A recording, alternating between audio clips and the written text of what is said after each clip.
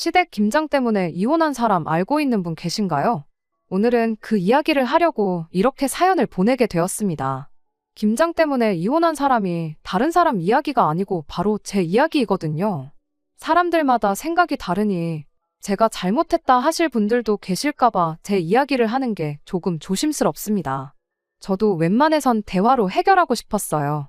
고작 김장 한번 하게 됐다고 이혼까지 결정했다면 저야말로 이혼당해도 싼 사람이고 세상에 제 편 들어줄 사람 없다는 거 잘 알고 있습니다. 저의 사연 한번 끝까지 들어봐 주시고 제가 정말 성급하고 잘못된 결정을 내렸다면 제가 잘못한 거라고 허심탄회하게 이야기해 주세요. 남편과는 2살 차이로 평범하게 맞벌이 생활하는 부부였습니다. 회사 퇴근 후에 모이는 직장인 동호회에서 남편을 처음 만나게 되었습니다. 동호회 안에서도 유일하게 미혼인데다가 연애도 안 하고 있던 2사람이었기에 자연스럽게 가까워지게 되었어요. 동호회 사람들이 둘이 잘 어울린다.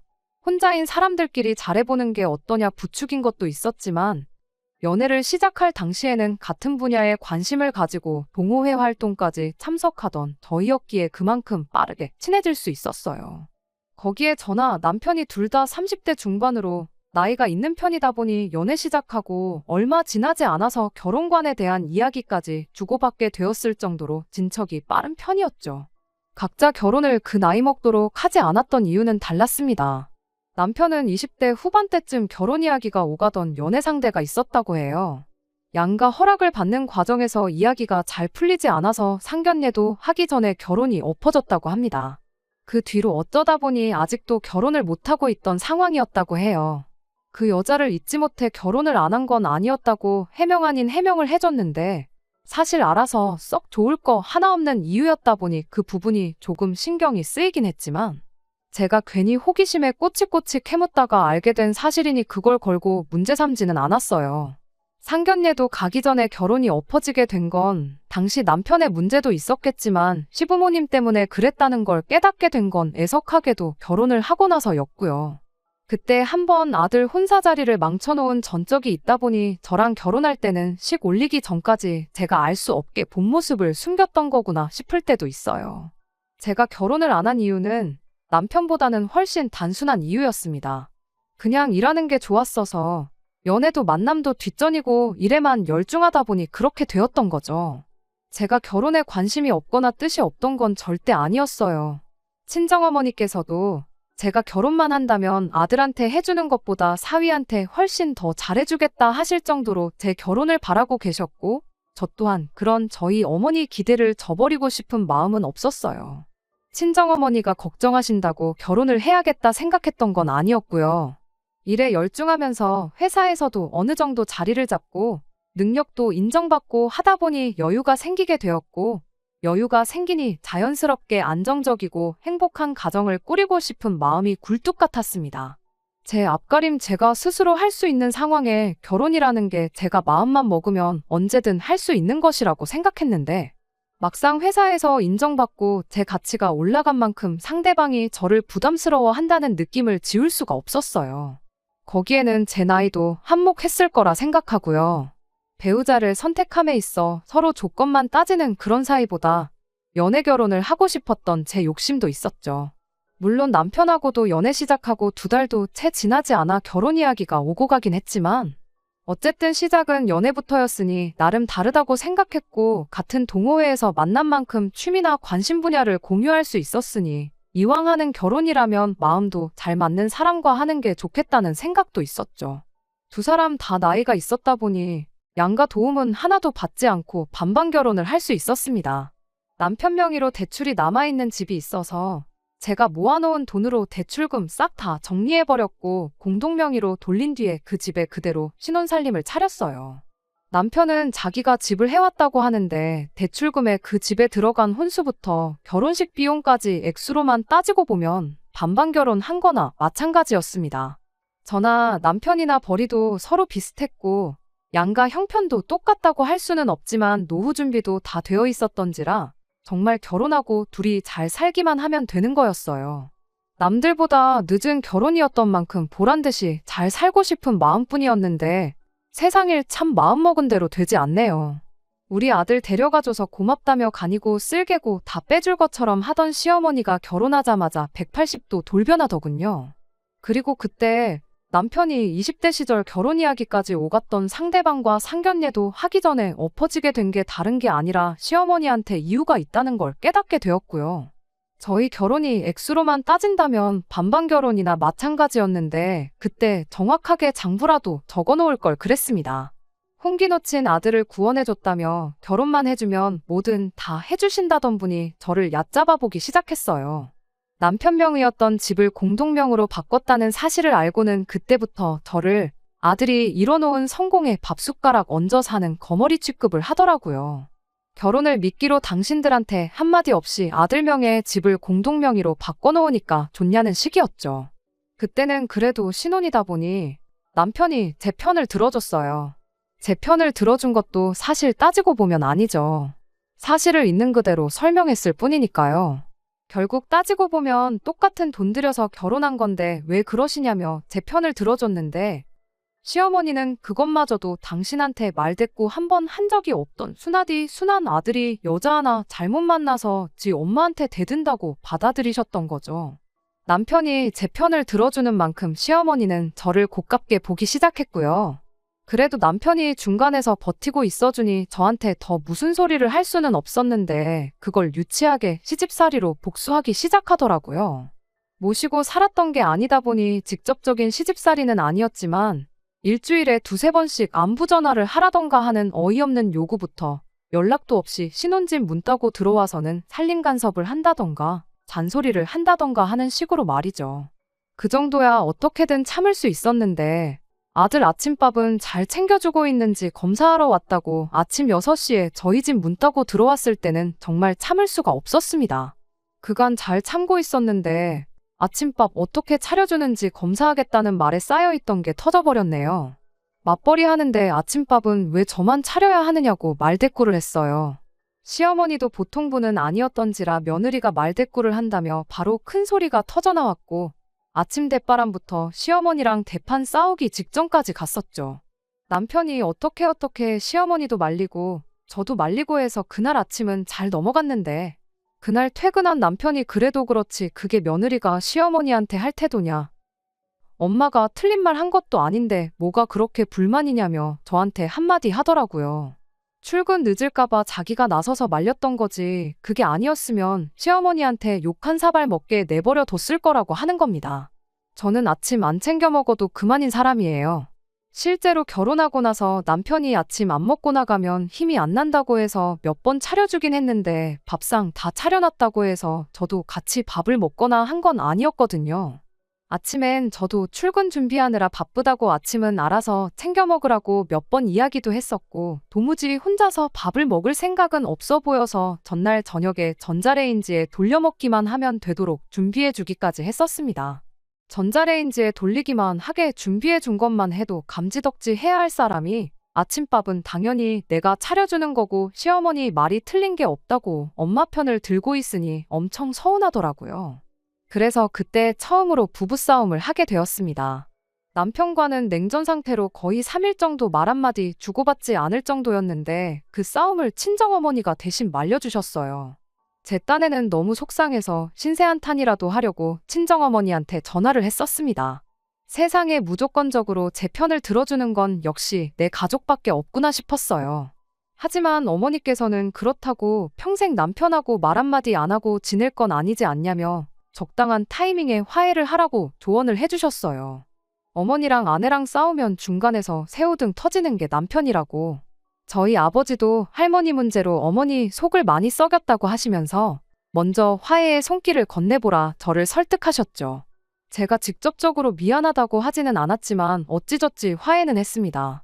남편도 불편했던 게 이만저만이 아니었다 보니 꽤나 이성적으로 나왔고요. 화해한 뒤에는 확실하게 짚고 넘어갈 건 짚고 넘어가자 했어요. 시어머니한테 우리 반반 결혼했으니 간섭하지 말아달라고 해달라는 그런 거창한 것까지는 바라지도 않았습니다. 다만 우리끼리라도 가사일이나 등등해서 공평하게 하자고 했죠.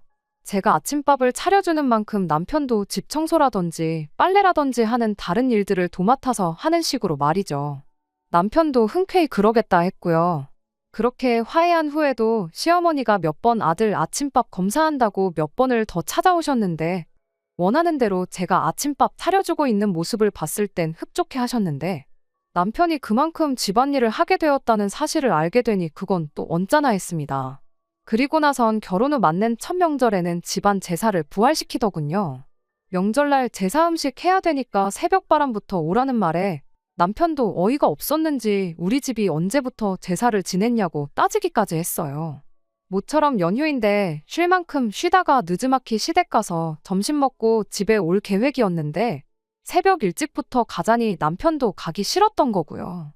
시어머니는 이제 너도 결혼했는데 조상님 덕 좀 보려면 제사를 지내야지 않겠냐 하시는데 그전에는 조상님 덕 안 보고 멀쩡히 잘 사시던 분들이 이제 와서 저러는 게 누가 봐도 저한테 일 시키고 싶어서 그러는 거라는 걸 단번에 알 수 있었죠. 막상 제사 시작하니 지방도 쓸 줄도 모르고 상 차리는 방법도 제사 절차도 아무도 몰라서 제사도 제가 옆에서 이것저것 알려주면서 해야 했네요. 저희 집이 제사를 거의 FM대로 지내는 집이었다 보니 시댁 제사가 힘들 것도 없었습니다. 솔직히 음식하는 것도 결혼 전에 명절 때마다 매번 하던 일이라 힘들 것도 없었고 음식은 넉넉하게 한 만큼 집에 가져가면 그만이었으니 그냥 하루 고생해서 연휴 내내 먹을 거 걱정 없이 편하게 보낼 수 있겠다는 생각이었거든요. 명절 제사를 부활시켜도 스트레스 하나를 받지 않는 모습을 보니 시어머니는 시어머니대로 약이 바짝 올라서 겨울 다가오니 이젠 김장을 부활시키더라고요. 남편 포함해서 시댁이 김치를 그렇게 좋아하는 편도 아니고 그래서 한 20년 전부터는 김치를 쭉 사서 먹어왔다고 하는데 저 고생 한번 시키겠다고 여태 안 하던 김장까지 부활시킨 거예요. 명절도 그렇고 김장도 그렇고 솔직히 저 힘든 일 좀 시켜보겠다고 시어머니가 스스로를 힘들게 하고 있는 것처럼 보여서 그때쯤부터는 시어머니가 다 안쓰러울 지경이었습니다. 귀찮고 번거롭고 하기 싫은 거야 당연하지만 시어머니도 일을 같이 해야 하는 것들이잖아요. 여태 안 하고 지내던 걸 다시 시작하면서까지 제가 고생하는 모습을 보겠다는데 그때부턴 저도 그냥 적당히 맞장구 좀 쳐주자 하는 생각까지 들었어요. 그런데 또 김장날이라고 미리 날짜까지 다 정해놓고 배추도 나름 30포기나 준비하셨던 모양인데 막상 첫 해 김장에 저는 참석하지 못했습니다. 마침 제가 회사에서 해외 출장 스케줄이 생기게 되었거든요. 출장 기간만 무려 3주나 되는 장기 출장이었고 회사에서도 이중 언어가 되는 사람이 저밖에 없었다 보니 제가 김장 때문에 못 간다고 할 수도 없는 상황이었죠. 김장날 맞춰서 시댁으로 배추며 속재료며 전부 싹 다 배달받기로 되어 있었는데 저는 김장 시작도 하기 전에 해외 출장을 가게 되면서 결국 시어머니 혼자서 그 배추들을 다 처리하셔야 했어요. 처음 남편과 부부싸움을 했던 이후로 제 나름대로 일을 더 크게 만들지 않고 어느 정도 맞장구 쳐주면서 합리적인 방법으로 헤쳐나가고 있다 생각했어요. 처음에는 못마땅하고 스트레스를 많이 받았었지만 이 정도 시집살이면 충분히 견딜만하다 싶었습니다. 저희 어머니가 할머니한테 당했던 거 생각해보면 이건 시집살이 축에도 못 낀다고 생각했고 남편이 적절한 순간에 중간 역할만 잘해주면 10년이고 20년이고 너끈히 해낼 수 있겠다 생각했었죠. 부활시켰던 제사도 돌아온 명절에는 다시 안 하기로 정해졌었고요. 제사가 없어지면서 시어머니도 저를 괴롭히는 걸 포기했나 싶었거든요. 요상한 시집살이도 사라졌고 이제 진짜 행복하게 잘 사는 일만 남았다고 생각했는데 10년은 커녕 결혼한 지 두 번째 해를 맞던 작년에 결국 이혼을 결심하게 되었습니다. 작년 이맘때쯤 일이었어요. 아침 출근 준비로 한참이던 때에 배달기사님이 초인종을 누르더라고요. 뭐 배달시킨 적이 기억이 없는데 저희 집 앞으로 20kg짜리 절임 배추 15상자가 배달이 온 거예요. 이게 다 무엇냐 이래저래 확인하니까 시어머니 이름으로 주문돼서 저희 집으로 배달이 되었더라고요. 도대체 무슨 상황인가 파악도 되기 전인데 남편은 회사 늦겠다고 먼저 출근해버리고 배달기사님한테 도로 가져가시라고 해봐도 배달 주문대로 똑바로 왔는데 이 무거운 걸 다시 다 가져가란 소리냐며 난색을 표하고 있고 이러다간 저도 출근이 늦겠다 싶어서 낑낑거리면서 상자들 다 집안에 들여다놓고 출근을 했습니다. 배달기사님이 집 안까지 옮기는 걸 도와주시긴 했는데 15상자나 되다 보니 시간이 꽤나 많이 걸렸고 결국엔 지각까지 하게 되었죠. 출근길에 시댁에 곧바로 전화를 했죠. 시어머니는 지난번 김장에 제가 출장 때문에 참석하지 못했던 걸 두고 그게 다 네 업보라고 하면서 작년에는 편하게 김장 안 했으니까 올해는 네 차례라고 저보고 혼자서 김장을 하라고 배추를 보냈던 거예요. 당연히 저랑 사전에 이야기된 적 없었고 어이가 없을 뿐이었죠. 한 상자에 배추가 6개에서 10개 사이로 들었다는데 계산해보면 못해도 100포기는 되는 거잖아요. 그 와중에 시어머니는 네 편하라고 절인 배추로 보냈으니까 시간 잡아먹는 것 없을 거라고 수고하라고 하더군요. 작년에 시댁 김장 30포기 했어요. 올해는 왜 100포기로 늘어났는지도 알 수가 없고요. 솔직히 김치가 워낙에 맛없게 돼서 작년에 저희도 3포기 받아왔는데 아직도 김치냉장고에 2포기 그대로 남아있어요. 시댁에서 남은 27포기는 어쨌는지 제 알바가 아니었지만 100포기 이거 다 담근다 치더라도 보관할 장소나 있겠나 싶더라고요. 시어머니가 작정하고 배추를 보냈는데 안 한다고 말해봐야 그냥 넘어갈 것처럼 보이지도 않았고 출근길 만원 지하철 안에서 시어머니랑 싸우고 싶지도 않았어요. 그래서 알겠다 대답하고 곧바로 아침 난리통에 혼자 출근해버린 남편한테 전화를 해서 어떻게 잘 좀 해결해보라고 부탁을 했죠. 남편은 제 부탁에 알겠다고 대답을 했고 뭐 어떻게든 되겠구나 싶었어요. 환불을 하든 시어머니도 와서 같이 돕든 어떤 식으로든 말이죠. 회사 도착해서도 엄청 신경이 쓰이긴 했는데 남편한테 전화를 해도 바쁜 건지 전화를 받지 않았고 아무쪼록 잘 해결되길 바라는 것 말고는 할 수 있는 게 아무것도 없었습니다. 그리고 점심에 친정어머니한테서 전화가 걸려왔어요. 그리고 그 순간 이혼을 결심했죠. 친정어머니는 전화로 대뜸 니네 뭐 식당이라도 하나 차리기로 했냐면서 배추가 이게 다 뭐냐고 물어오셨어요. 어머니가 어떻게 알고 계시냐고 곧바로 물었죠. 대답하시기를 아침에 박서방한테 장모님이 담가준 김치가 먹고 싶다고 전화가 왔었답니다. 재료며 필요한 건 집에 다 있으니 담가만 주시면 된다고 했는데 어머니는 기껏해야 배추 한두 포기 생각하시고 왔는데 쌓여있는 박스들 보고 놀라서 전화를 하셨던 거예요. 저 출근하고 나서 무랑 고춧가루, 파 이런 것들도 다 배달이 왔었나 보더라고요. 그 박스들이 현관문을 막고 있어서 집에 들어오는 것부터 애를 먹으셨다는데 어이가 다 없더라고요. 시댁 김장을 다른 사람도 아니고 장모님한테 떠넘기는 게 말이나 되는 소리인가요? 재료랑 이런 게 다 있다고 연락을 드렸던 걸 보면 남편도 시어머니가 우리 집에 배추 말고도 다른 김장 재료들을 배달시킬 거라는 걸 미리 알고 있었다는 소리나 마찬가지잖아요. 그 길로 어머니한테 아무것도 하지 말고 집에 가만 계시라고 하고 회사에 말해서 반차내고 집으로 향했습니다. 집으로 가는 길에 남편한테 전화를 주거라고 했는데 한 번을 받질 않더라고요. 무슨 일이 일어날지 다 알고 있으니 안 받는 게 뻔했죠. 그래서 제가 회사로 전화를 해서 남편 바꿔달라고 연락까지 하게 되었네요. 남편도 제가 전화를 회사로 걸 줄은 생각도 못했는지 제 전화 받고 엄청 놀라더군요. 상황이 불리해지니까 한다는 소리가 작년에 어영부영 김장 안 하고 그냥 넘어가지 않았냐고 하면서 이번에는 당연히 제가 할 차례고 제가 할 생각이 없으면 장모님이라도 대신 하는 게 맞지 않겠냐는 겁니다. 내가 못한다면 못하는 거고 안 한다면 안 하는 거지. 시댁 김장을 왜 우리 엄마가 해야 되냐고 말도 안 되는 소리 하지 말라고 했어요. 남편이 한다는 소리가 작년에 시어머니가 김장을 해줘서 우리가 편하게 김치를 먹을 수 있지 않았냐고 합니다. 그에 비해 장모님이 우리한테 배추 한 쪽이라도 주신 적이나 있었냐며 배추값이며 재료비까지 다 시어머니 돈으로 계산한 건데 그깟 김치 좀 담가주는 게 뭐 대수냐고 큰 소리를 치더라고요. 그렇게 옥신각신하던 사이에 저는 집에 도착했어요. 말도 통하지 않는 놈하고 대화해봐야 끝도 안 나겠다 싶으니 전화 끊어버리고 집에 돌아가자마자 제 짐부터 챙기기 시작했습니다. 웬만하면 친정어머니도 사위 편을 들어주셨을 텐데 이 상황이 말이나 되는 상황이냐며 제 짐 챙기는 것부터 도와주셨어요. 그대로 가자니 썽이 안 차서 시어머니 돈으로 계산했다던 배추랑 속재료들 낑낑거리며 다시 다 밖으로 꺼내놓고 이웃분들한테 필요하신 분 있으면 가져가시라고 전부 나눠주고 나서 친정에 도착했네요.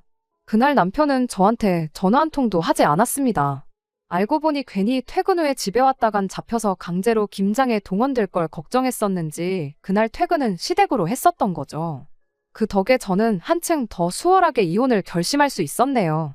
그나마 시어머니와 저 사이에서 내 편을 들어주는 사람이라고 생각했는데 그건 눈 가리고 아웅이었을 뿐.